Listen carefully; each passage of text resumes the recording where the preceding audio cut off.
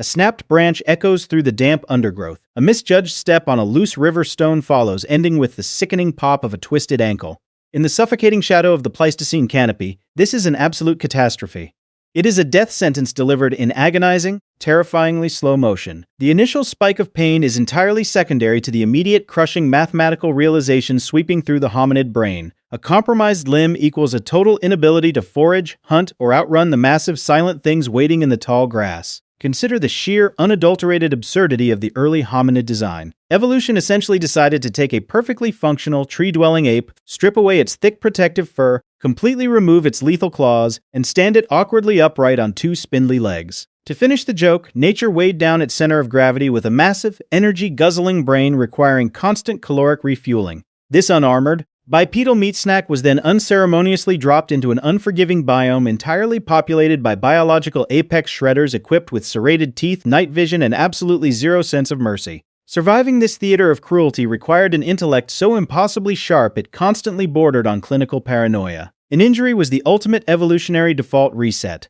A sprained knee instantly relegated a prime hunter to the absolute bottom of the food chain, turning them into a slow-moving liability. A deep scrape from a thorn bush carried the invisible, lurking threat of festering infection, magically transforming a minor tactical error into days of feverish delirium and quiet doom. Hominids were brilliant, painfully aware of their own biological fragility. They navigated the brutal expanses of the savanna with the nervous, jittery energy of an over-caffeinated prey animal, tightly clutching the stolen secrets of fire. We see this desperate reality etched directly into the fossil record. The Neanderthal remains of Shanidar Cave offer a staggering glimpse into this dynamic. Shanidar 1, an adult male, miraculously survived crushing blows to the left side of his head, a withered right arm amputated above the elbow, and severe crippling trauma to his legs. He lived for years in exactly this state. The sheer biological mathematics required to keep a severely compromised adult alive in a desolate glacial wasteland are staggering. He consumed precious, hard-won calories. He actively slowed the migration pacing of the entire pack. The tribe willingly absorbed his physical deficit, carrying his dead weight across frozen valleys. They calculated that his accumulated knowledge, the invisible map of seasons, medicinal roots, and predator habits stored inside that fractured skull, vastly outweighed the absolute, undeniable liability of his shattered body.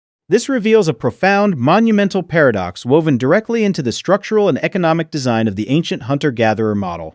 Fearing physical ruin on a cellular level, hominid groups constructed a tight social collective designed entirely around biological protection. They effectively outlawed individual recklessness, creating an environment behaviorally hostile to total freedom. A solitary hunt was pure madness. A solo exploration over a blind ridge was a fast track to evolutionary suicide. The tribe traded the physical liberty of the individual for the heavy, suffocating institutional friction of the group. They bound themselves tightly to rigid, unseen tribal laws and complex behavioral protocols. Unspoken rules dictated precisely who scouted the perimeter, who carried the heavy meat, and who watched the tree line. The devastating cost of a single twisted ankle was instantly socialized, distributed evenly across the exhausted shoulders of the entire collective. The tribe engineered an early social system forcing the ancient survival hardware to continuously overanalyze systemic risks exactly as if they were physical traps. Staying alive meant absolute, unquestioning conformity. Stepping outside the strict behavioral boundaries of the clan was entirely indistinguishable from stepping off a jagged physical cliff. The collective was a grueling insurance policy paid for with unyielding adherence to the rhythm of the pack.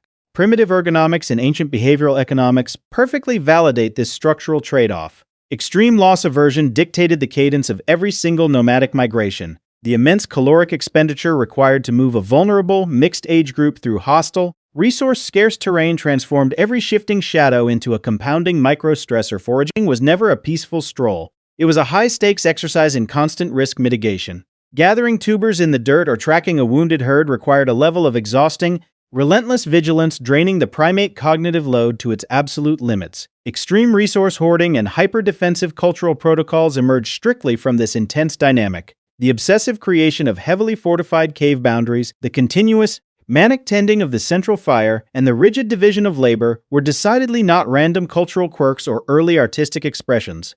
They were the relentless, flawless execution of a Pleistocene software program designed specifically for risk management. The algorithm was simple and brutal. Prevent individual physical breakdown at all costs before genetic transmission occurs. The entire architecture of early human culture operated as a massive invisible external immune system. It ran endlessly, possessing absolutely no off switch, silently dictating every alliance, every migration route, and every hushed warning shared around the dying embers of a hearth. Safety was always a fragile, fleeting illusion. It required a profound, unbroken respect for the absolute limits of flesh and bone. For millions of years, breathing through another freezing night meant trusting the collective empathy of a small, frightened circle of faces illuminated by a single flickering spark.